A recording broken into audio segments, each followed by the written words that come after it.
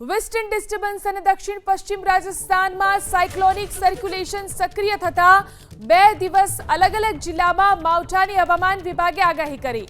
આજે સૌરાષ્ટ્રના અમરેલી, ભાવનગર તો દક્ષિણ ગુજરાતમાં તાપી, ડાંગ, નવસારી અને વલસાડમાં માવઠાની આગાહી કરાઈ છે। આ સાથે જ સંઘ પ્રદેશ દમણ અને દાદરા નગર હવેલીમાં માવઠું વરસી શકે છે। તો આવતીકાલે અમરેલી, ભાવનગરની સાથે સુરત અને ભરૂચમાં કમોસમી વરસાદની હવામાન વિભાગે આગાહી કરી છે। તો આ તરફ ડાંગમાં મોડી રાત્રે વીજળીના કડાકા ભડાકા સાથે ધોધમાર વરસાદ વરસ્યો।